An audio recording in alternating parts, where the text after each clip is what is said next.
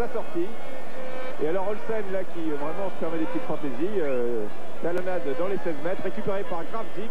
Et le tir de Kravzik frôle le poteau, début de Munaron. Mais Munaron était là quand même. Il le frôle du mauvais côté. Il n'était pas battu.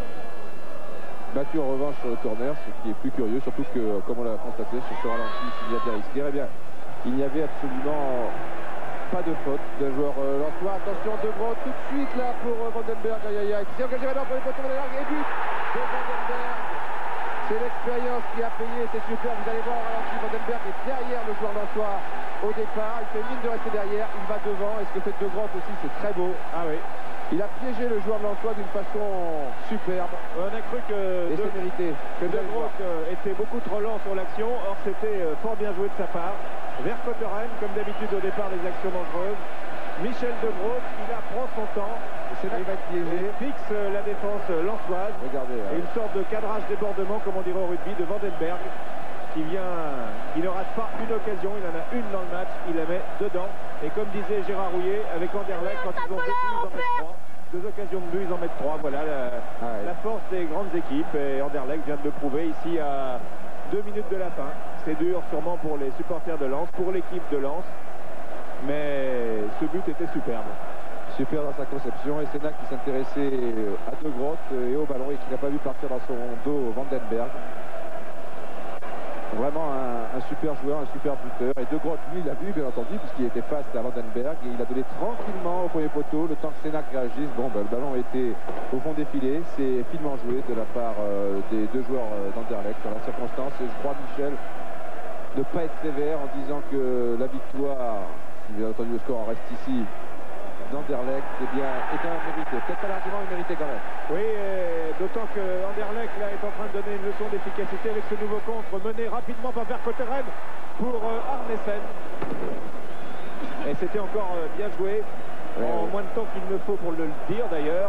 Arnesen qui est un poseur de Mick Jagger, avec Can Getno. Bon. Et la satisfaction est quand même pour Anderlecht. Ouais.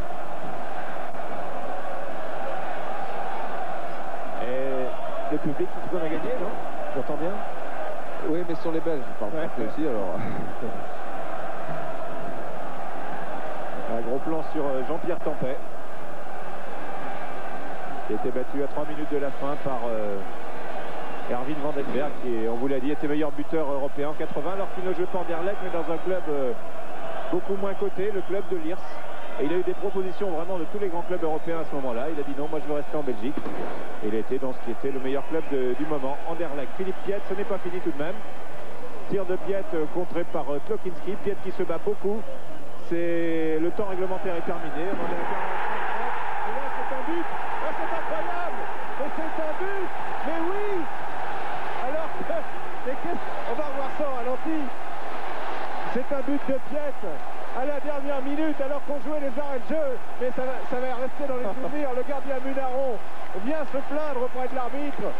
Ah, il faut un super ralenti parce que ce qui s'est passé là, quand même, c'est tout à fait étonnant.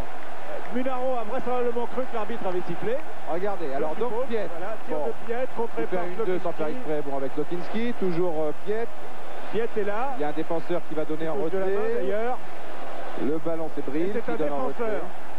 C'est le défenseur qui laisse entre ses jambes. Munaron, lui, contrôle et ça rentre. Et voilà. Très joli contrôle de Munaron dans la circonstance. Alors il va se plaindre de quoi? Peut-être qu'il y a eu un pétard qui a claqué au même moment. Peut-être qu'il a... C'est pas possible qu'il ait pensé que l'arbitre sifflait la fin quand même. Ouais. Enfin, c'est incroyable. Je crois qu'il y a peut-être une bouteille ou un pétard qui est sauté au même moment. Ouais. C'est une... Ah, c'est le but de l'année. C'est une sorte de... Peut-être que Philippe Huy, notre confrère Philippe Huy, sur le terrain. Oui, Didier, je vous entends, j'ai Gérard Rouillet à côté de moi. Alors Gérard, c'est encore un dénouement un peu étonnant.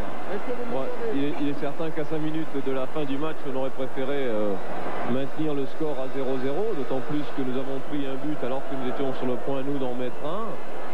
Mais sachons aussi admettre et constater que nous avons une certaine part de réussir malgré tout dans notre égalisation, puisque elle était presque inespérée à ce moment-là. Anderlecht vous a donné l'impression d'être la meilleure équipe belge de toutes celles que vous avez rencontrées? C'est indiscutable. Il m'a semblé que l'Anderlecht que j'ai vu ici était bien supérieur à l'équipe qui jouait en championnat. Elle alliait à la fois une grande intelligence tactique à une très grande puissance athlétique. Ce que je regrette un petit peu à chaud, c'est que nous ayons, Philippe, à mon avis, techniquement joué bien en dessous de notre valeur. Philippe, l'intention y était. Philippe, oui. Philippe, oui. Mais peut-être pas la réalité. Remercions Merci, Gérard Gérard. Rouillet. Merci, Gérard. Excusez-nous auprès de lui, mais allez voir auprès de Munaron qui nous donne les explications de cette histoire belge. moi, pourquoi faire? Ah, voilà. Munaron, qu'est-ce qui s'est passé, s'il vous plaît? Bah, vous voyez, Michel, c'est pas très facile, il est très en colère. Oui, il est en colère. Bah, ça, je le comprends qu'il est en colère.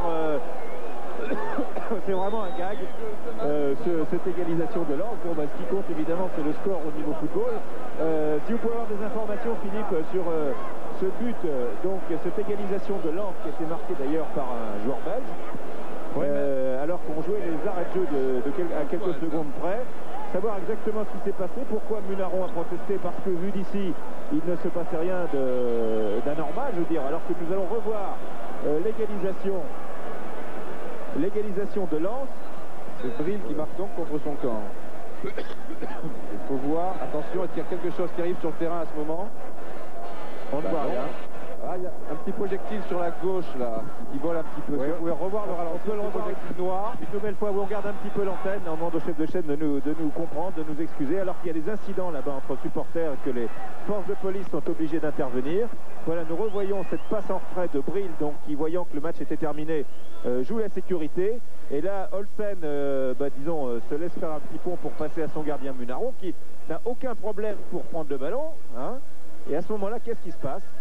Eh bien, on aimerait bien le savoir. Est-ce que Philippe, vous avez pu avoir des informations d'une façon ou d'une autre? Non, là, je suis du côté des incidents. Alors, tout le monde évacue sérieusement parce qu'il y a les forces de l'ordre qui sont là. Mais pour l'instant, on n'a pas de renseignements. Tous les joueurs sont rentrés au vestiaire. Alors, je peux rien vous dire de plus. Vous avez eu le ralenti. Vous avez peut-être mieux vu que nous.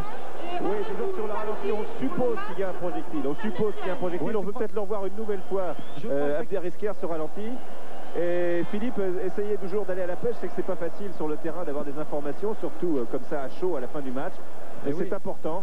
Et tout le monde est rentré, mais effectivement, j'ai vu quand Munaron est rentré au vestiaire, il avait quelque chose dans la main, quelque chose qui ressemblait à une motte de terre, à peut-être une pierre. Je ne pense pas que ce soit une bouteille, mais sur la gauche de Munaron. J'ai l'impression que c'est ce qu'il a. C'est voilà, pour ça qu'il a protesté. Il y a quelque chose qui lui tape aussi bien, absolument. Un projectile noir, c'est On l'a vu. Il y a un projectile qui est arrivé sur la jambe de Munaron. Il a touché le tibia gauche. Voilà, oui, et alors que là-bas, il y a vraiment des incidents très importants. Nous gardons donc l'antenne. Je crois que ça fait partie de notre travail. Nous sommes journalistes, c'est pas uniquement commentateurs de football. Et ce qui se passe ici, eh bien, c'est un fait d'actualité.